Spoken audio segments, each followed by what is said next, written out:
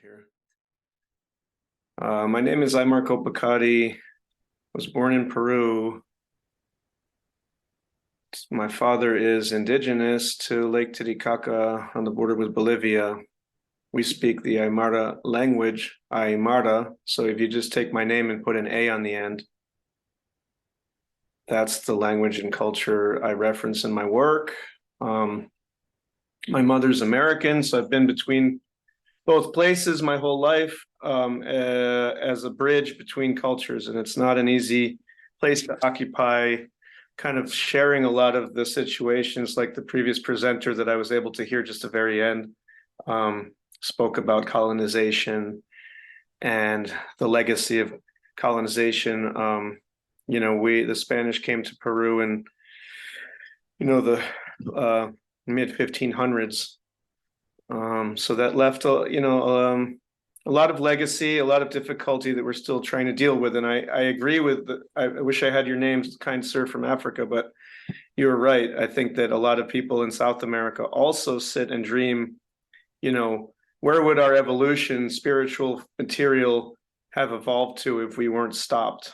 Like if we were able to carry through on our philosophies and relationships with nature, relationships with other humans, and the material world, humanity evolves into, like, we all need clothing, shelter, food, where would our cultures be? And so I think it's a continual kind of discovery to continue and look for that answer, kind of in spite of all the politics and difficulties we share around the world. But, we're coming up on interesting times because, like, governments, whole groups of people are willing to think about decolonization in practice, like in practical terms, because it's a fancy word that gets thrown around. But, what does it mean in practice? So a lot of my visual artwork tends to focus on those kinds of explorations. And most of my artwork is based on the traditional Andean textile techniques of the Aymara people of southern Peru and Bolivia. So this here, you see me on the left. I'm in Baltimore Harbor on the coast, on the shoreline of Philadelphia. It's the Independent Seaport Museum asked me to come and do a project to try to recreate a traditional Andean vessel. We call it a walsa, with local materials, which is in this case Phragmites reeds, which were brought by the English settlers to the coast of North America when they came. So it's like an invasive species. It kind of explores immigration through the concept of this vessel that comes from a different place. And we'll see later on more images of that process. But basically, that process is something I started looking into when I was in art school years ago, kind of taking the form of that vessel and the technique and mixing it up with into sculptures using, as you see on the left, recycled bleach bottles, and the center of these vessels is plastic bottles. So it's kind of an exploration in a material and the impermanence and the plastic and the natural material. The natural material is new for me. So these reeds are very different than the reeds we have on Lake Titicaca that we use to make these vessels and other things. So I was glad to see them as a sculptural resource here local to me. It kind of opened up a new avenue of exploration. So these are just some images of installation work I was doing, and the dates. This was also in Philadelphia. It was a good, re-encounter for me to my traditions. It was quite a challenge to rework the traditional techniques into this modern framework, and using local reeds, which are very different, like I'm saying, from the totora reeds that we use in Peru. So if you can see, this image in the center kind of shows the weaving technique that is used to make these boats. It's 3 separate spheres that are tied together along the length of it. But the problem was that it wouldn't float because these reeds are not very floatable. So I said, well, we need to use recycled plastic bottles in the middle for flotation. So we used chicken wire, you can see on the lower left, And the bottles, we kind of washed out the bottles because they were going to be in the bay, and we didn't want to create like an oil spill.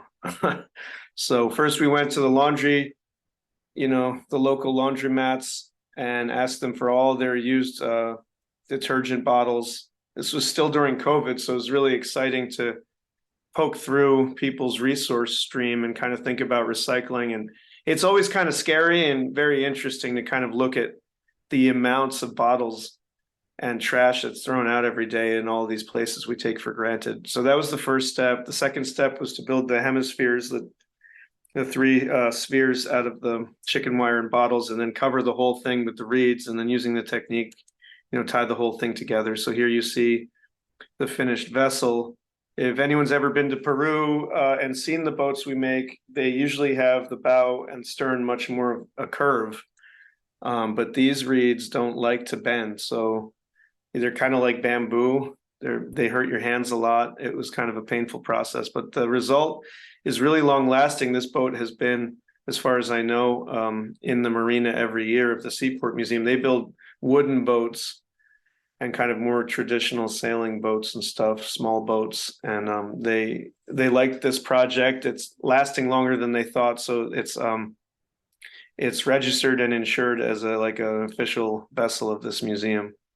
So that was pretty satisfying. This is some earlier work that's living in Santa Fe, New Mexico right now. The left and the right pictures are, it's a giant chullo I made for the elections in 2010. The concept was kind of like these traditional ear flap hats you see around Peru. In the indigenous communities, you wouldn't be allowed to wear this hat with the flaps as it is until you had occupied different roles within the community. So it's kind of like an indigenous hierarchy where it's like, you start off with the young man's hat. You move into, when you're married and have children, you get to put on, the midlife hat.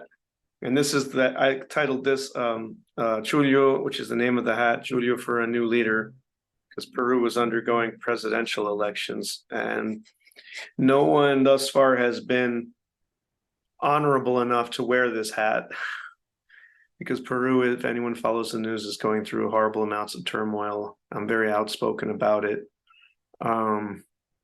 You can't take away rights of people's democracy and right to protest and free speech. That has to be the stop all. And I don't mean to get very political, but sometimes you can't avoid it.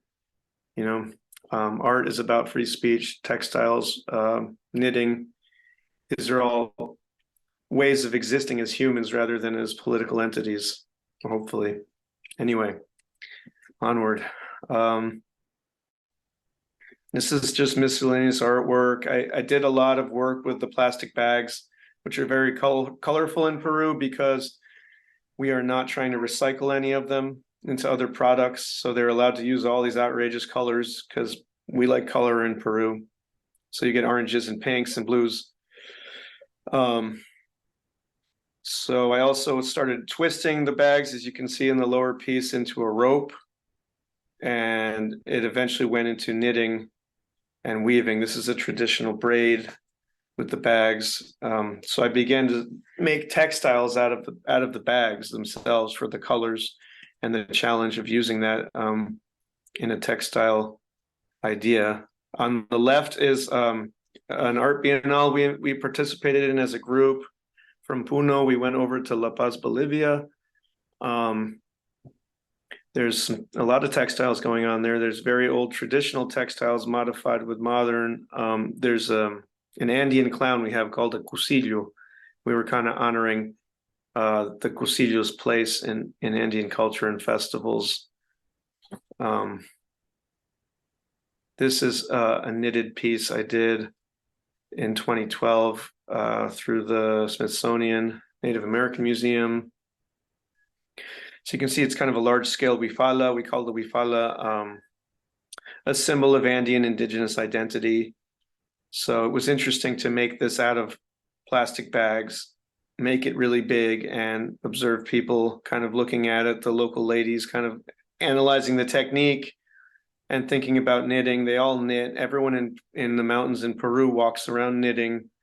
and crocheting from the time they're young. This is the traditional way.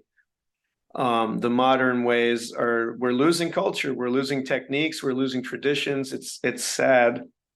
Everyone suddenly wants a smartphone and prominence, but kind of loses track. Maybe it's easy to lose track in this context of like the benefits of knitting. I mean, there's knitting groups all over the place here in the US now, and it's because it's philosophically meditative moment where people kind of shed all this modernity, and you're just here in the moment looking at your hands, your hand-eye coordination, thinking about threads and colors. The process kind of takes you out of that modern paranoia of, oh, what's coming next? Where's my money? Where's my rent? Where's my jobs? Where's my opportunities? And kind of like this giant push to nowhere that, in my humble opinion, Western culture likes to push on the world. And now it seems like Western culture is a little tired out of that. So we like to think the machines will take over with artificial intelligence. And I think about a lot of this stuff in my work because I like to keep us as close to the source of human simplicity as possible. So this is another shot to kind of get a scale, a sense of the scale. These diagonal bags, kind of not the red, I'd say, but the more crimson color is onion bags. Then the red was medical waste bags. The blue was like blue tarp, which is available in the mountains. The white was shrink wrap. The yellow was, if you've ever been to Peru, there's this supermarket chain called Wong. And I think they tried to do with biodegradable bags. And I think that some of those bags are indeed biodegradable, which is great. So this is a test because I haven't seen this piece in a few years. When I go back, if all the yellow has like become brittle and broken away, I guess that's good. I mean, it's going to make a lot of microplastics. If anyone knows about silk, it's going to start shattering like silk wood, old silk, weighted silk into a million pieces. And maybe that, there's plastic in everything now. That's kind of why I work with this material also. So in 2018, I believe I started graduate studies here in Rhode Island to study textile conservation. It was a very important step to kind of solidifying my thought process and work between the traditions of pre-Columbian Andean textiles and my artwork. I realized that I wanted to play a part and be someone who could take care of these textiles for the future, study their technique, and be honored enough to allow that to filter into my own visual artwork. Andean textiles, pre-Columbian Andean textiles had techniques like looping and knotting that look exactly like knitting, but they're not knitting. Knitting was brought by the Spanish. I like to clearly define what is of the Americas and what is of Europe. So it's interesting to think about, because like if you think about braiding, just simple 3-strand braiding, or more complex, like there's similarities, but they're completely different the more complex you go. Because there's like the Irish and the sailing traditions had knotting and braiding. The Andeans, we have braiding of 24 strands, 16 strands, 8 strands, and the result looks very different. It's kind of interesting because you can see how there are similarities and differences. And for me, the biggest difference is the logic behind why we were doing it. I have studied at grad school the quipu. Those of you know about the quipu knots. These are ways that the indigenous Andeans had to record documents, record ideas, dates, quantities, amounts. It's kind of debated. It's a very interesting area of study to try to get back all that was lost because the Spanish did not have any interest in conserving these things. So there's a lot of lost traditions around textiles. And, if you look at the digital thing, the ones and the zeros, like there's no difference between that and textiles. I feel like textile techniques have infinite complexity and relevance to just about anything humans can dish out. So it's kind of like that's an origin point. I consider it a technology that transcended art, science, spirituality, cosmovision, all in one. This was a result of years in Peru working with plastic and knitting, was that I organized about several hundred women who have knitting cooperatives who were interested in this. And we started making these fish. We started making a lot of Andean hats, miniatures that could fit on keychains. And I didn't know this because I didn't attend grade school in Peru, but they used to learn how to knit in grade school and high school. And it was that much a part of the national conscience, like the national way is like, well, our textiles are that much a part of our tradition, even though we have the Catholic Church and all this cultural shame about our identities and our languages, we're still going to be knitters. So after that, I was impacted by that, and I thought, well, so who could I teach to knit again who may be forgetting it? So we went to this children's shelter on the right, and I was able to teach about 25 kids how to knit, and it wasn't easy. Some of them came from broken homes and were upset and had emotional problems, not problems, but just frustrations about life, and knitting helped them calm down. They were able to grow into this technique and take pride in it. It was an interesting process. So we made thousands of those, and it was a project that kind of like I pushed it along as far as I could. I wasn't able to kind of connect with the industrial side of like, how do you market this stuff?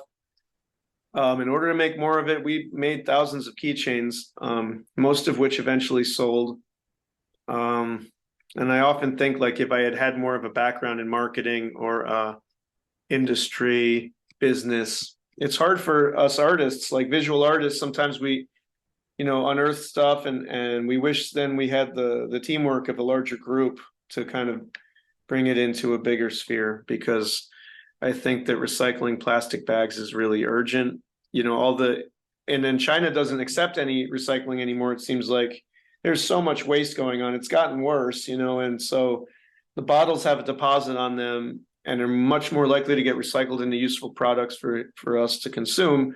The plastic bags have no, and this is probably a pan-colonial thing where the Western world's colonies, I don't like the term third world, but maybe the global South, same thing. A lot of these countries probably have a huge plastic bag problem, and that feeds into the microplastics in the ocean, in our waters, in our fish, and et cetera. So I think that projects like this that do something positive with the bags are very difficult to find. Most recycling projects seem to look at the bottles.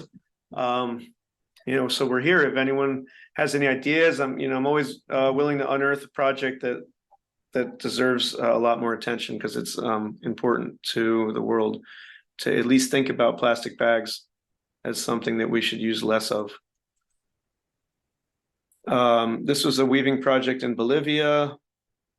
We were using like these advertisement banners that go up as the warp, and the weft, which is shrink wrap. And there's never any shortage of this anywhere I go. It's always that process I was describing earlier of going to laundromats and places where they pack all the bags in one place. They try to figure out, in South America, they don't have any way to recycle the bags, so they're like going to burn it, bury it under the ground. It's just kind of chaos. So there's always materials. I built the heddles of the loom and the pulleys. It's kind of a way of making weaving accessible and very simple to people, taking the complexity away and kind of creating a community project around it. This is earlier stuff I was doing, getting out of art school. I think it's interesting to look at kind of the origins of my fascination with weaving and knitting. I learned it all from my grandmother on the shores of Lake Titicaca when I was 13 years old. I started learning from her and from other people around me. So I honor those traditions a lot in my work.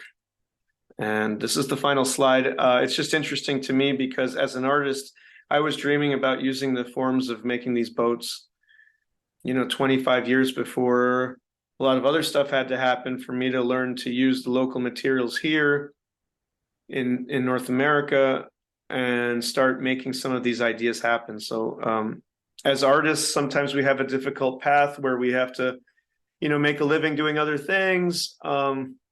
It's sometimes soul crushing to have to leave your visions behind to make a monthly rent or whatever the issue might be of here and now stuff. But it's always there for us when we go back. It's always waiting for us, the inspirations and those sources that we look for. And I recently spoke to a group of students at RISD. I'm doing a residency at the museum there, the art museum, just about cultural appropriation. They're kind of asking me about it, and it's just kind of like a last kind of thought I want to throw in there for everyone listening, because I know you all go the world around and are going to see and look at a lot of things. A lot of the colonized cultures of the world that have suffered a lot from, the West going there several hundred years ago really need help. And it's like, I think artists intrinsically should be able to work from a variety of different sources, because that's how we explore. And it's like free speech, of course you should be able to explore different cultures and techniques and things. And I just encourage them to, always make it a point to honor the origins of their inspirations and go visit those places. If you are fascinated by anything in Peru, go visit, work with people, try to at least, acknowledge the roots of these things. And I think that that's the best we can do going forward. Thank you. Thank you so much, Aymar, for giving us not just a look at your work, but also these important words of wisdom for all the students that are joining in today's webinar. So thank you very much for joining us. I'm now